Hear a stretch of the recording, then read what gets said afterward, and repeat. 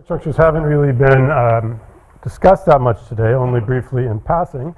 Not vibrations, foliations have a bit more though, and will be discussed more as the week goes on. Foliations and contact structures on three manifolds both fit into a common framework of study, that of plane fields. So I might as well start there and see what happens.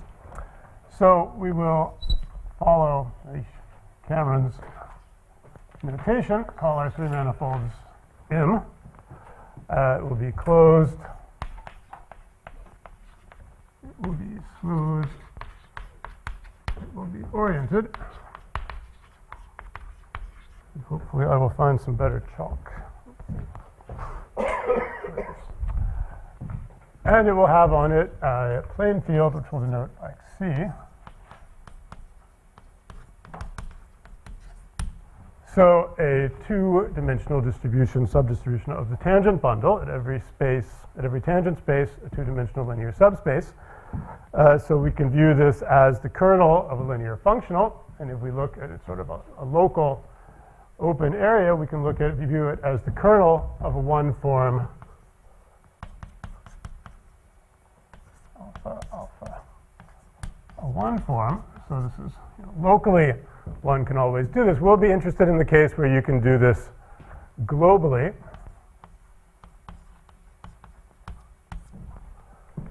Which will bring us into the realm of co-oriented plane fields, as Cameron was talking about. So the global condition here means that, just as Cameron was saying, you can think of it as the condition that there be some orientable line field such that the totality of the line field and the plane field give you the tangent bundle again.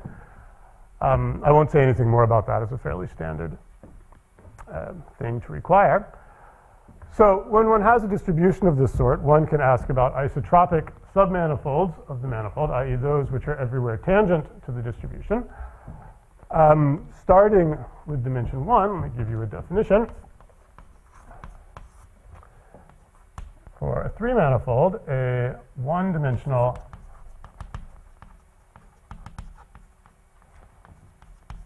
submanifold L in M is Legendrian if it's everywhere tangent, so the tangent space of L sits in your plane field. Of course, vector fields are always integrable, so we can imagine that we have a lot of these lying around. One could ask then if what one can say about surfaces. Can we find two-dimensional submanifolds which are tangent to our plane field? And to understand that a little better, we can start to think about what this thing should look like around a point P in our manifold. So let's take such a point. There it is, P. And I'm in its tangent space. So I got a plane, and I want to choose some coordinates, which will make my life easier here. And so I will, do something like this. I'll let Z be a transverse direction. So at this point, my plane is just the kernel of dz. As I move around in my little neighborhood, it will stay transverse. And I can choose one direction. Let's do Z here, transverse. If I think about it, I should be able to choose one direction in which things are Legendrian.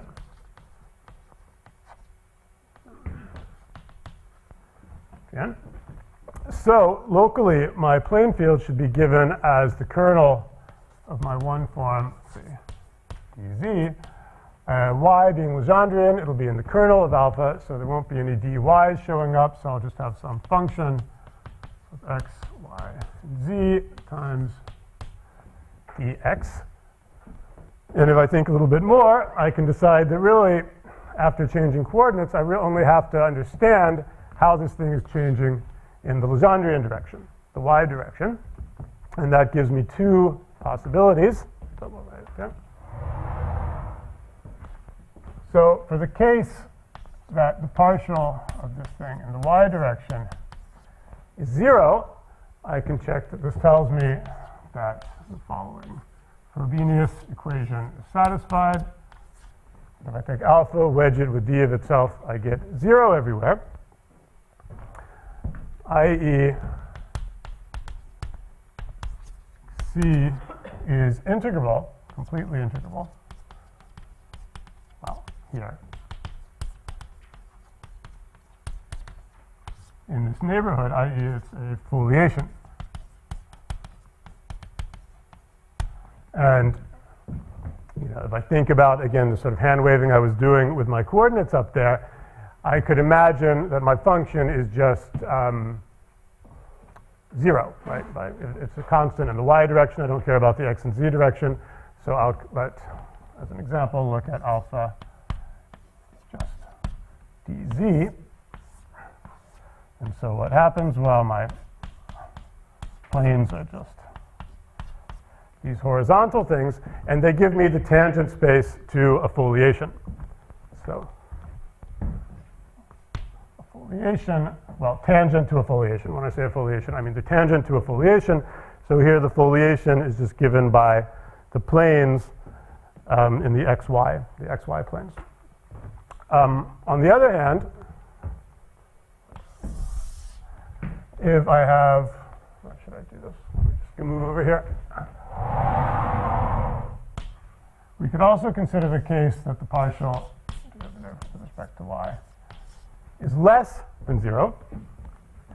And we would work out that in this case, my equation alpha wedge d alpha, well, this thing is always greater than 0. It's a volume form, a positive volume form on the manifold. Again, this tells us, well, quite differently now, that C is nowhere integrable.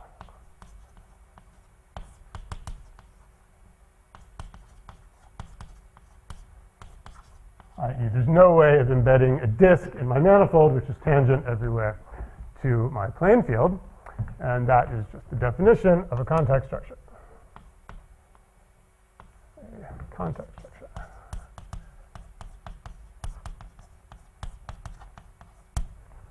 And again, with my hand-waving arguments, I will say that in a neighborhood of a point, I can always assume that my defining form, alpha, is going to be dz minus, let's just let f be minus y to satisfy this dx.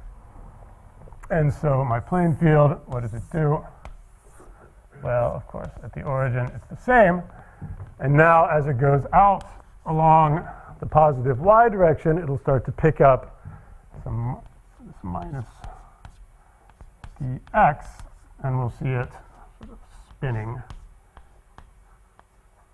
in this sort of direction. Of course, it doesn't depend on z or x, so the same picture will just be translated across the x and z and fill up our neighborhood. So all this hand waving actually can be turned into a theorem due to, say, Pfaff and Darboux. Let me again go back to this earlier piece of chalk, which is that, so let's see, let MC be a foliation or a contact structure, and P to some point in my manifold, then there exists, let's say, coordinates on a neighborhood of my point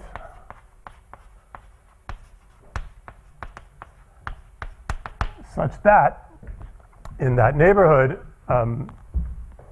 my plane field restricted to the neighborhood is the, well, let's say it like that, is the kernel of dz for the foliation case, or the kernel of dz minus y dx for the contact case, i.e. they look the same, right? If you go locally, they're all the same. They have no local invariance, sort of in contrast to Riemannian geometry, things like that, where you would have curvature that could change as you move around in the manifold. Here, they're always the same. Another fundamental thing, at least about contact structures, which does not hold true for foliations, is that they are stable under deformations. So let's write that. This is usually called Gray's theorem, and it just states that if we have a deformation of context structures, let's just say let T be a one parameter family of contact structures,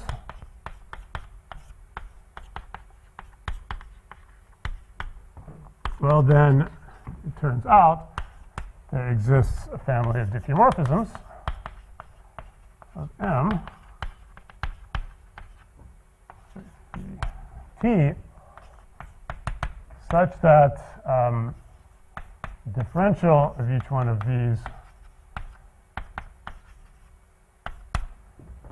maps the contact structure that I started with to the one I end up with. We say ID. So they're contactomorphic. So this is a contactomorphism.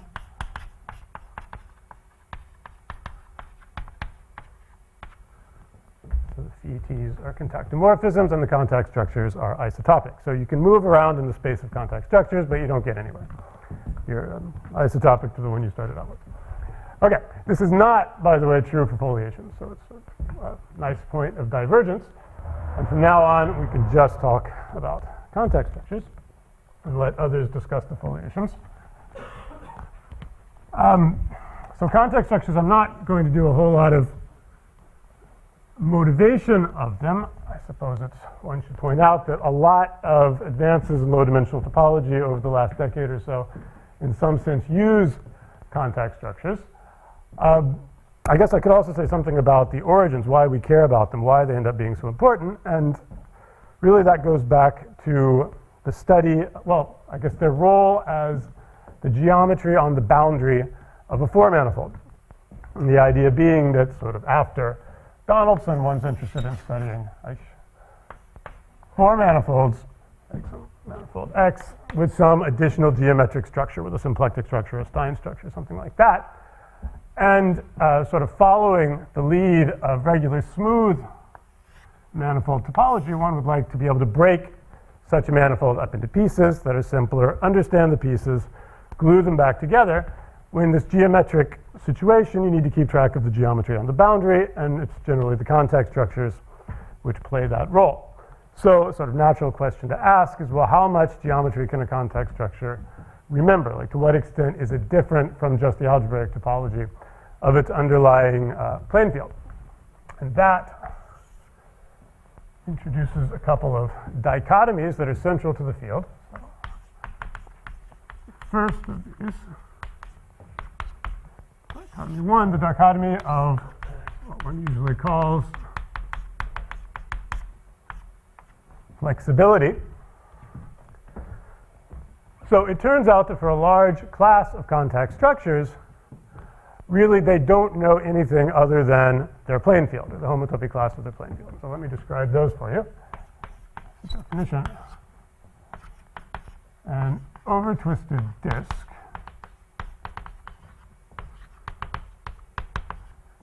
in my contact manifold is an embedded two-disk, which is tangent everywhere along the boundary to the contact structure. So let's say such that for all P in the boundary of D, the tangent plane there is just the contact structure. So you imagine your disk going along the boundary, the contact structure is flat, as it were. Of course, by non-integrability, we know that the disk itself can't have this property. So as you pass over the disk, you can imagine it sort of twisting, hence the name over twisted disk. So given such a disk, I'll give you another somewhat unmotivated definition. We say that our manifold in C itself is over-twisted if it contains an over-twisted disk.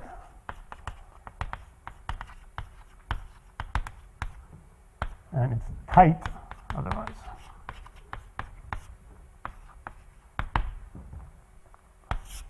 So that's dichotomy 1, over twisted versus tight. So what is this dichotomy good for? Well, it turns out, rather miraculously, so let's see, how should we state this? If you consider this space that we're going to call dist of M, so this is meant to be two plane fields which are fixed at a point in M. So you just choose some arbitrary point, take a two-plane there, and then consider all plane fields which contain that point at P. So this is, let's say, plane fields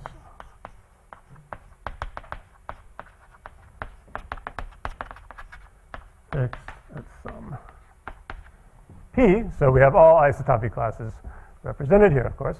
Sitting in there, we then have over-twisted contact structures. And the amazing theorem, due to Eliashberg,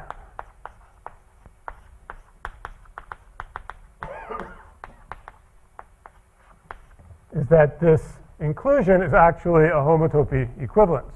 So like that.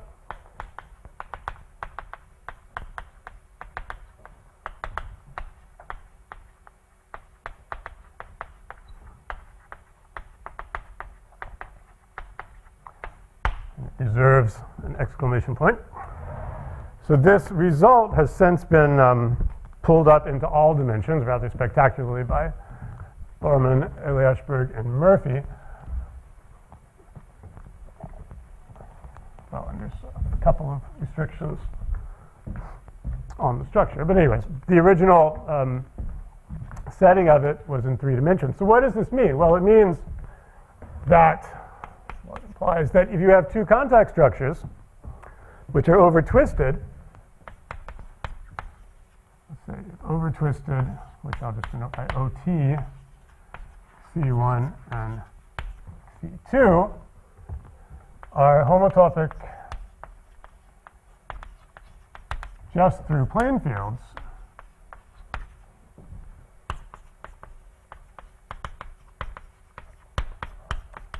then they're actually homotopic through contact structures.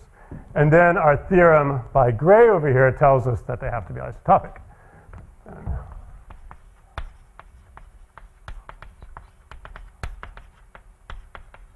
Through contact structures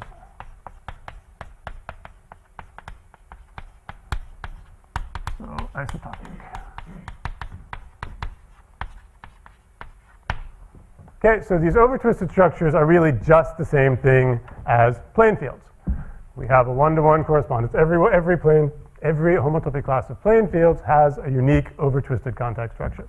So they're giving us no new sort of geometric information. They're completely classified by their classic algebraic topology. The Tom Pontryagin construction will do it, for example.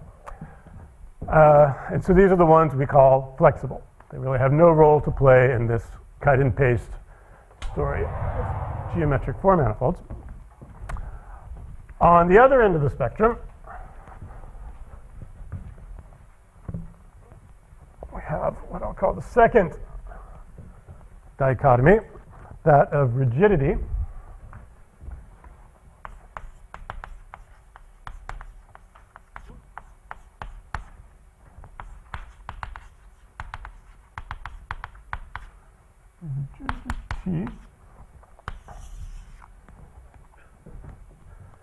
So our main definition here, we say that C is Stein, or symplectically fillable if it's null cobordant in whichever category. So null cobordant in the Stein or symplectic category. And so what do I mean by that? Well, ignoring the geometry, of course, null cobordant just tells me that it sits on the boundary of some four manifold X, so the boundary of X M in an oriented sense. The geometrical meaning here I'll just talk about Stein fillability for these lectures. Let's say Stein. This means, one way of saying is that if X is a complex surface, so let's put a complex structure on it, and there should be a Morse function which will, everything is f mapping x onto 0, 1, such that away from the critical points, the level sets are contact manifolds, where the contact structure is given by the complex tangencies. So let me write that.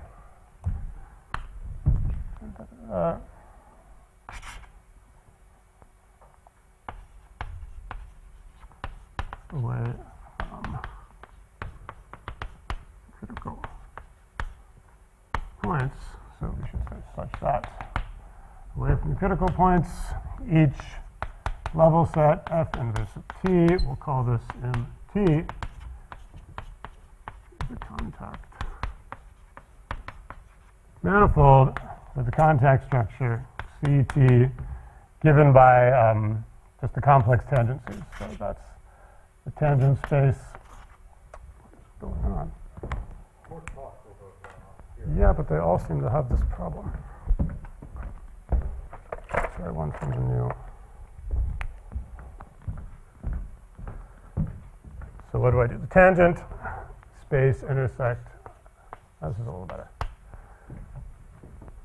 Its image under the complex thing. So those are the complex tangencies. So seems a little bit unmotivated, perhaps. An obvious example, let's just give you one. If we take S3 and stick it in C2, and we let our Morse function be, what did I call it, f, is just the distance squared function. That's an example of such a thing, and the complex tangencies to this would give you a contact structure. What do we want to know about these? Why do we care about them? Well, we care about them. So Stein fillability is sort of the most rigid type of fillability. It implies all other types of fillability, symplectic and so on. Different degrees of symplectic fillability that I won't go into, but I'll just write it down as a theorem that Stein fillability implies pretty much anything you want it to. Symplectic fillability, which implies tightness, among other things. The converse to these do not hold. The entirety of this theorem, I guess, is due to Gromov and Eli-Ashberg.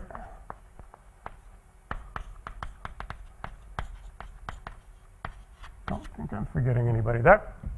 So the general, you can think of, so schematically, as contact structures, sort of nested diagram. So I'm looking, here's all contact structures. Sitting within them is this set of interesting or potentially interesting contact structures, the tight ones. And then sitting within there are these completely rigid ones, these fillable structures. Okay, so we have flexibility on the outside, rigidity on the inside, and this sort of mysterious area in the middle that we would like to figure out a reasonable way of studying. Okay, so that is the basic. Why do you call them rigid on the inside, other than the fact that you don't have Eli-Ashberg's theorem? That you don't have Eli-Ashberg's theorem? Oh, well, because they come from, they're an output of this geometric structure on the four manifold. Okay, so that's the basic vocabulary and the basic ideas in the field. Let me talk a little bit about some of the main tools that one uses to detect rigidity and so on.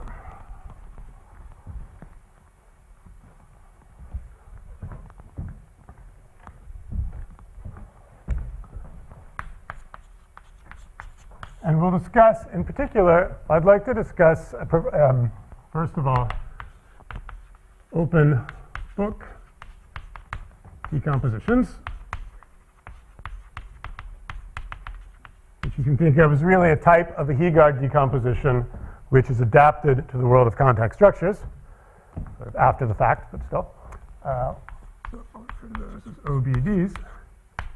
And then, probably not today, but tomorrow, I'll also talk about Heegard floor homology, after Adam has developed it a bit more, hopefully, and relate those to open book decompositions and to these questions of rigidity.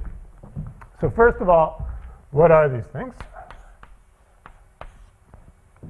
So this first one, due to Alexander,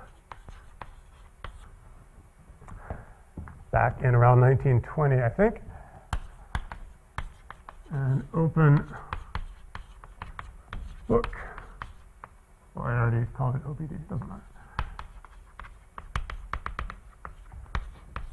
Of my three manifold M, so for now we're ignoring plane fields and contact geometry and so on, is the following. So we want B sitting in M, which should be an oriented link. And then we will want a fibration of the complement of the link over S1. So this is a fibration such that the fiber, let's say, P inverse of any point on S1, that should be the interior of the surface. I'll draw a picture in a second that we'll call sigma p, and the boundary of the surface should be my link. So it's a fibration such that the fibers are the interiors of ciphered surfaces for the link, and this description gives you this sort of canonical picture that probably many of you have seen. If you look at sort of a little section of the binding, you see these surfaces, sigma p, intersecting it like the pages of a book.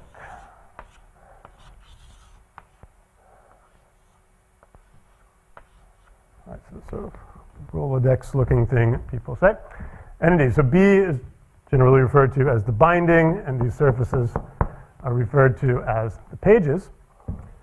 So if you think about it, you'll see that this decomposition is really encoded up to a diffeomorphism, well, let's do it like this, of the manifold by the topological data of the fibration, right? The homeomorphism type of the page and the return map you get going around S1.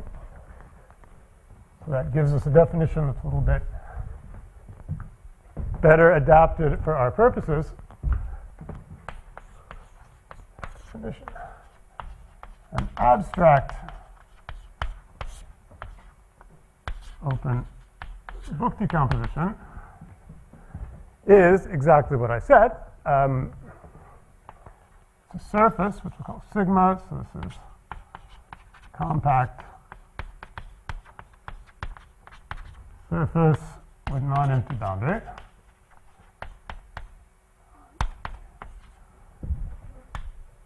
And then we want, like, this return map around the fibration.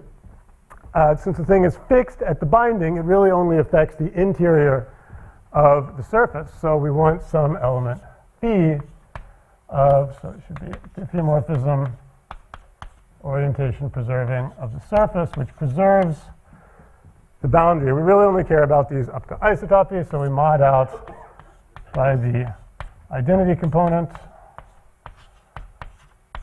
And so this is just the classical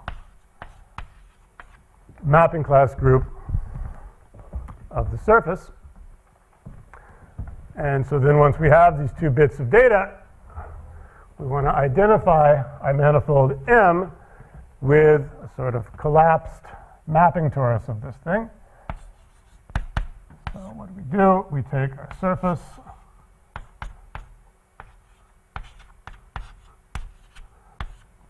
we cross it with an interval, thicken it up a bit, and then want to do a couple of things to it. Well, first we want to form the mapping torus. So we just want to glue one end to the other using our diffeomorphism phi. So we'll say that a point P1 should be identified with phi of P0 for all points in the surface. And then I'll go through a couple of examples in a second if you haven't seen such a thing before. Then we want to collapse the boundary down, right? When we do this, we see the points on the boundary of sigma. Since phi is the identity near the boundary, each such point will just become a circle in the boundary of this mapping torus, so I want to collapse all those down. I do that by identifying all the points in each circle. So qt gets identified to q t prime for all q in the boundary of the surface and t prime in the interval. Okay, and that gives me a closed three-manifold M. So let me give an example or two of that before I go and tell you what all this has to do with contact structures.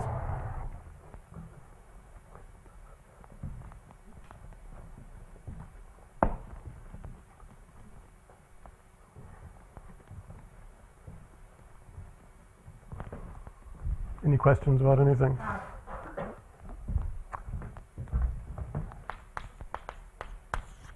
Okay, so example one, let's consider the open book decomposition whose abstract data is given by on the one side, a surface, an annulus, which I'm going to write as S1 cross an interval, and I'm going to consider the map, the monodromy, which is just the identity.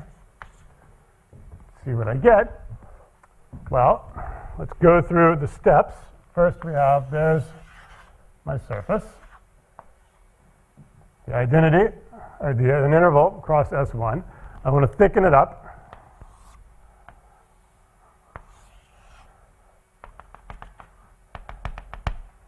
And now let's look at what happens to that, the interval here.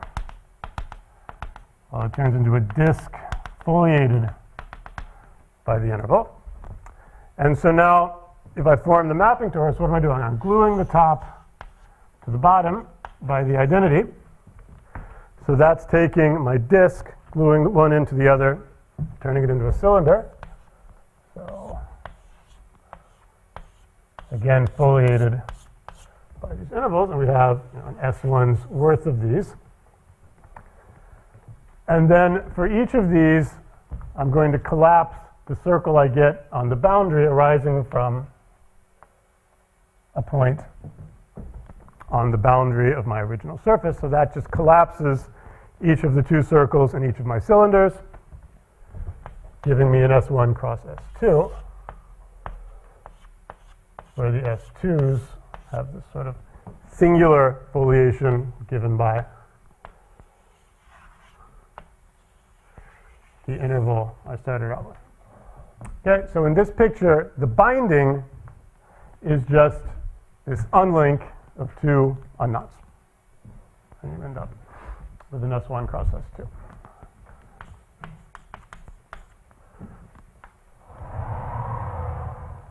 So if we want to make things a little bit more complicated, we get to an extremely useful open book decomposition.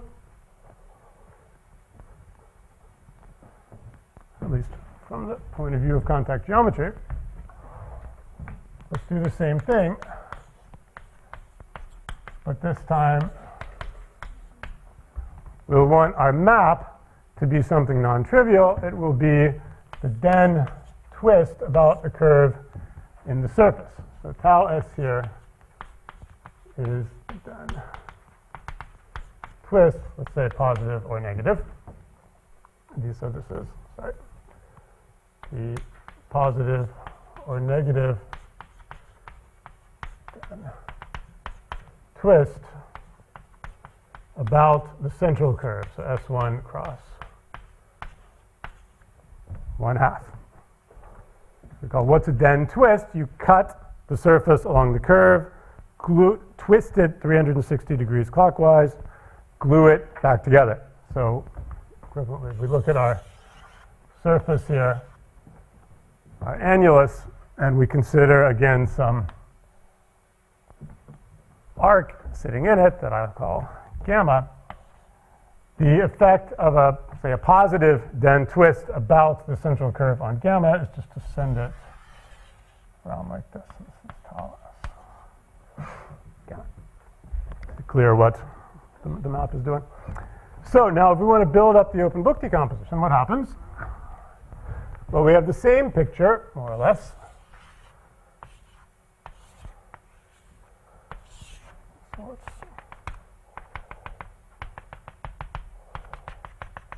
But now my arc, which starts out here on the bottom, as it goes up to the top, when I glue it back around, it's going to have picked up this den twist.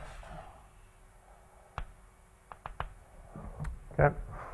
So to understand what this is as a manifold and to relate it to the world of Heegard decompositions, which was sort of my aim here, why don't we cut this thing into two pieces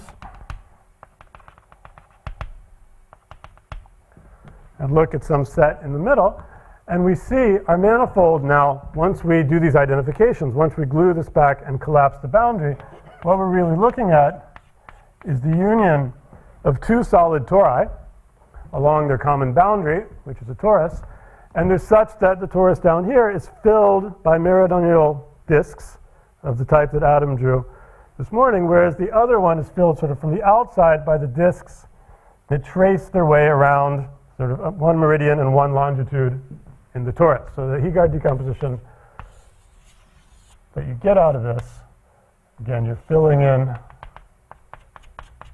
one disk like that. The other disks filling in from the outside have this twist associated to them. So if you know anything about these sorts of things, you'll recognize this immediately is S3. Doesn't matter if you do a positive or negative den twist. I mean, your picture will change, of course, but you'll still get S3 out of it. The binding, then, is just this hop link given by the cores of these two positive tori, or solid tori. Okay, so why did I show you this example other than just to explain what an open book decomposition is? Because I want to define a stabilization operation on these things.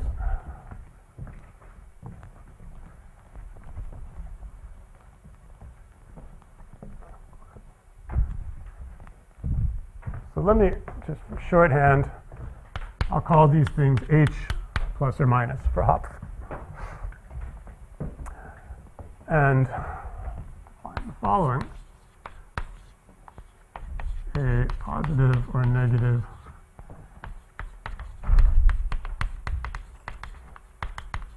stabilization of an abstract open book decomposition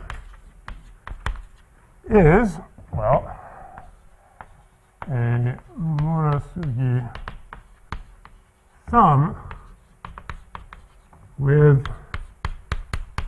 H plus minus. So that's clear, right? Everybody knows what a Murasugi sum is? Well, if you don't, what is it? Let's just draw a picture. So let's start with our open book decomposition.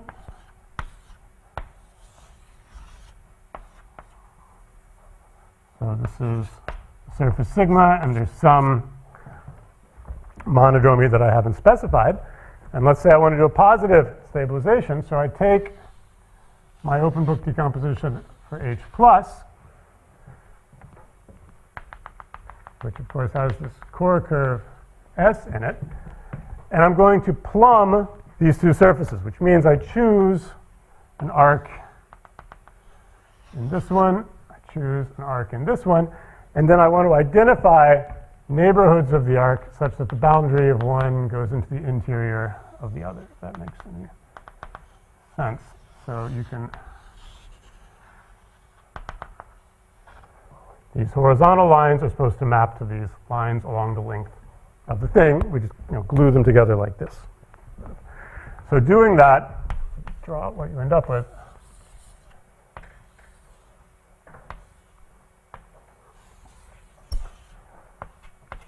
topologically, you're just adding a handle, but this strip here follows this path. So your curve S now goes like this. So over here, my curve S looks like that. So I've gotten a new surface. So we'll call that sigma union H, because it's really just a one handle. And we want to adjust our monodromy by doing a positive or minus. We just want to compose the two monodromies. So if you think about it, you'll see that really all I'm doing is taking a connect sum, as Cameron defined, between the two ambient manifolds. A connect sum with S3 doesn't change anything, so topologically I've preserved my manifold. That was originally an observation of Stallings, I think.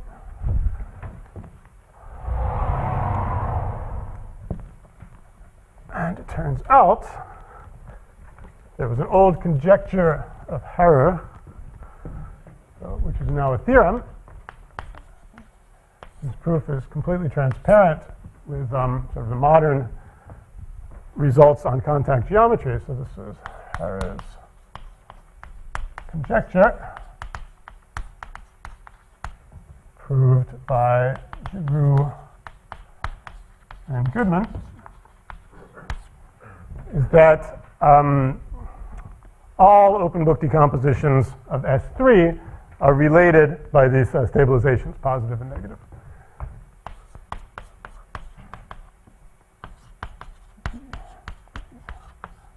Of S3, fibered links, are related by positive negative stabilization.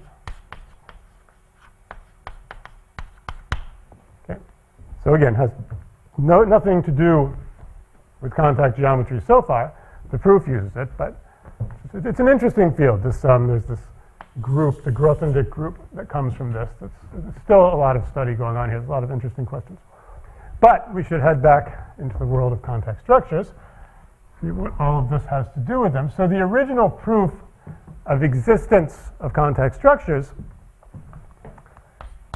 comes from the following theorem, which is due to Thurston and Winkeln-Kemper.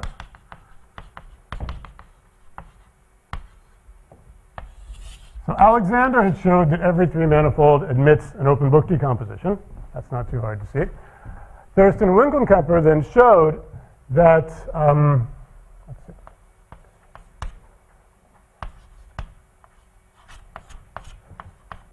An open book decomposition for M, then there's a contact structure. This is called C sub phi. And it will, of course, as all contact structures are, be the kernel of some one form. And the one form will have the properties that alpha is positive on the binding. Alpha is a one form, the binding is a one manifold. And if I take d alpha, that should be a volume form on the pages. Okay, so you imagine it being close to the tangent space of the pages and then transverse to the binding.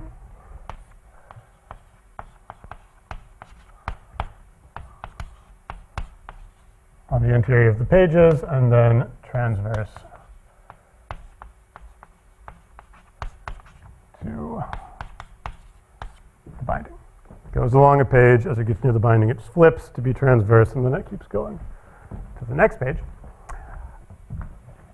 So this then gives us existence of contact structures on all three manifolds.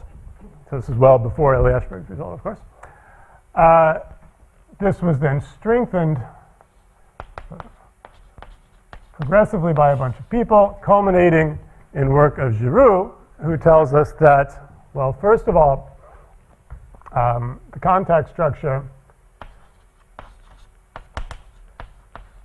is the unique such contact structure.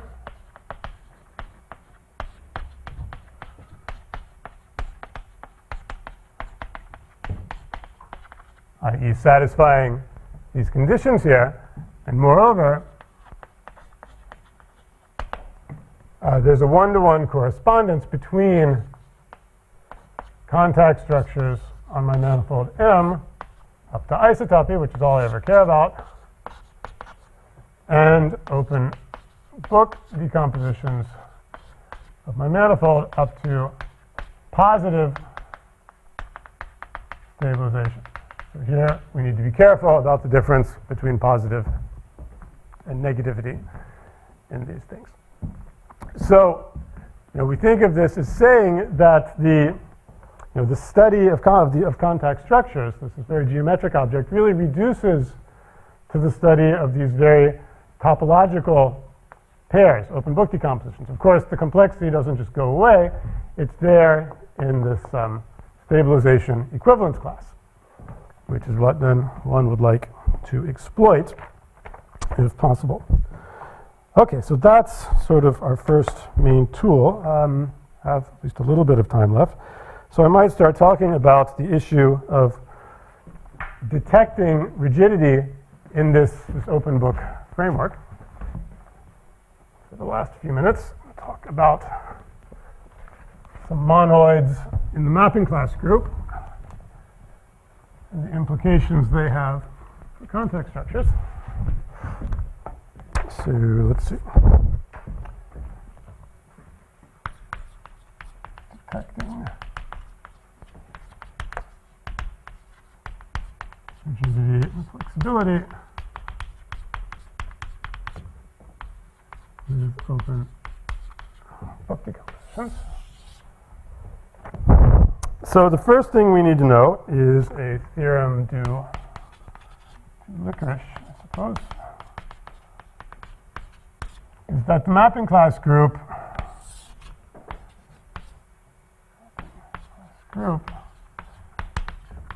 is generated by den twists.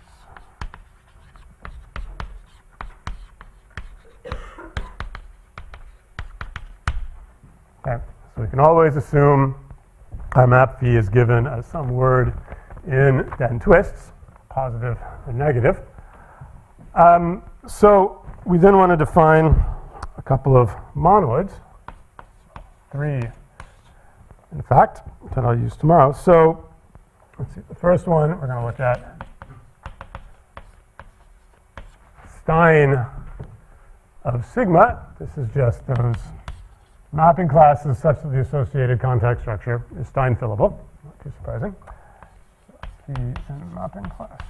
So sigma such that P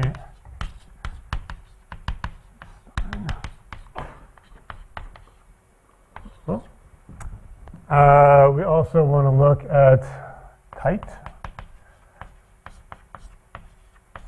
sigma. So this is the same sort of stuff, but of course now we want it to be tight. And then a third set of a slightly different flavor, which we'll call den plus sigma. So this is those mapping classes which can be expressed as a product of positive den twists. We don't need any negativity.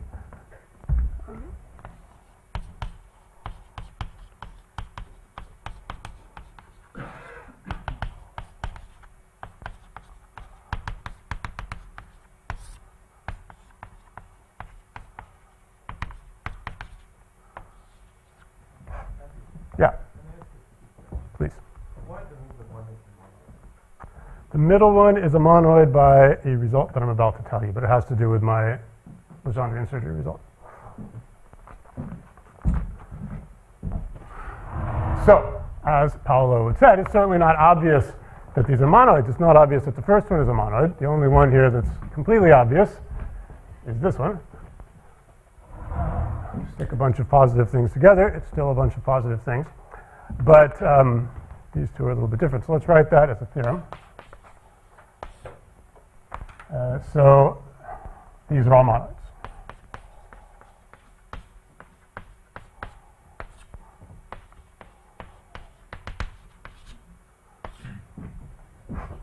Okay, and the attribution of that should go, so for the Stein case, this is a result of Baldwin, I think also Baker, Etner, and Morris. And then using these results, the ideas of either of these, I was able to show a slightly different thing, that tightness is a monoid. That'll be explained a little bit more as the talks go on. What else do we want to know here before we get to the end of the day? So let's talk, I had mentioned that cobordisms, or maybe I didn't, but I should have, that cobordisms are going to play a big role in sort of things we talk about. So let me kind of rather not define a bunch of stuff and then leave the rest of it for tomorrow, but do what I can. Let's talk a little bit about Stein cobordisms so we can make some sense of these monoids and how they relate to one another. Let's see, where have I gone?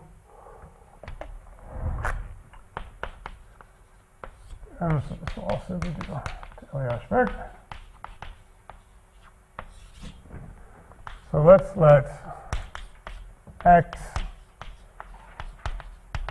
be a Stein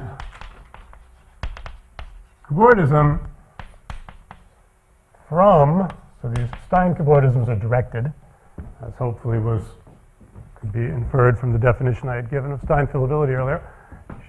Let X be a Stein cobordism from, let's say, MC to M prime C prime. So rather than define a Stein cobordism in general, I'll just give you a theorem that tells you what they are. Then we can write X as, we thicken up M and add some handles, as one generally does with cobordisms. But what we want is that, so it can be one handles of any sort, attach them however you'd like. Your geometry extends naturally over them, your contact structure. And then we want to add two handles. Two handles, though, require a little bit more care. So we want to add two handles along Legendrians with framing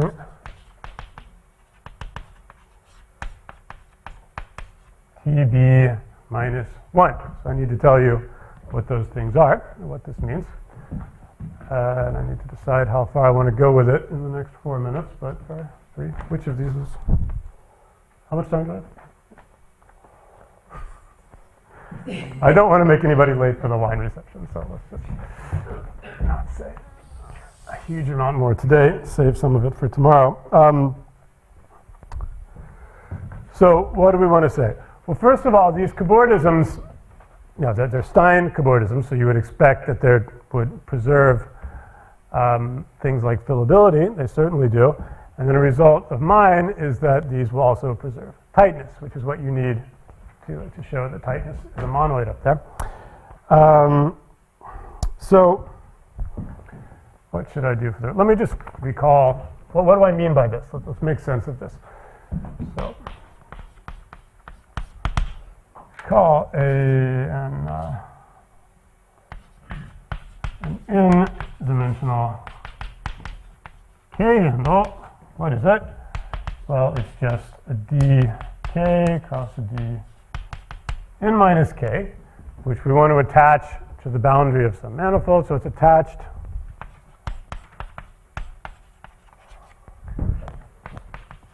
to some manifold X by some embedding of the boundary k into the boundary of X, right? This is something that we all know. We have this standard handle attaching picture. So there's x, there's my handle, there's the boundary of dk, some sphere, drawn there as an S0.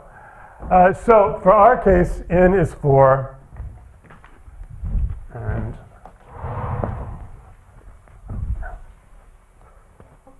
k is either 1 or 2.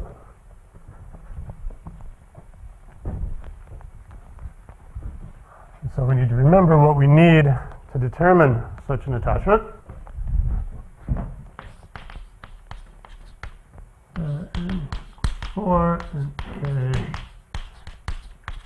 1 or 2.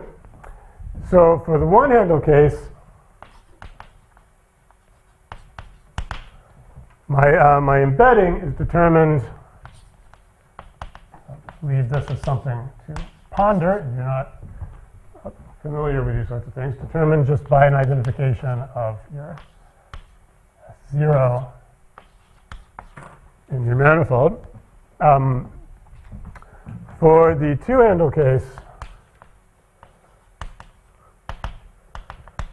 well, you need your D, the boundary of D2 will be an S1, so you want to identify some knot.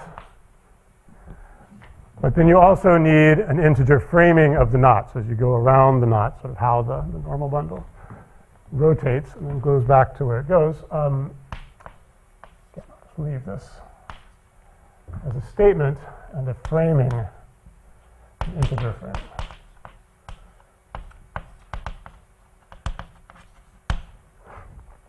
Okay, so what do we need to know? We need to know, well, we already told you what a Legendrian is, but you'll note that a Legendrian, almost done. Legendrian L sitting in a contact manifold has a framing given coming from the contact structure. You take the knot, you push it off a little bit in the transverse direction to the contact structure, and you take the linking number of that, and that's called the Thurston-Benneken number of the L. So that's what I said, it's the linking number of L with a transverse push-off.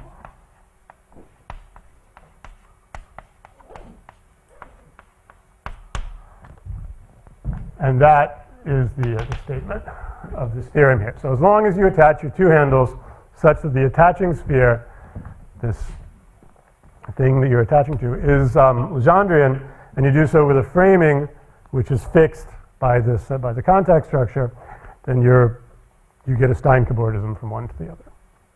That might be a little fast, and I'll talk about what we want to do with all this tomorrow. But anyway, I'm over time, so I'll stop there.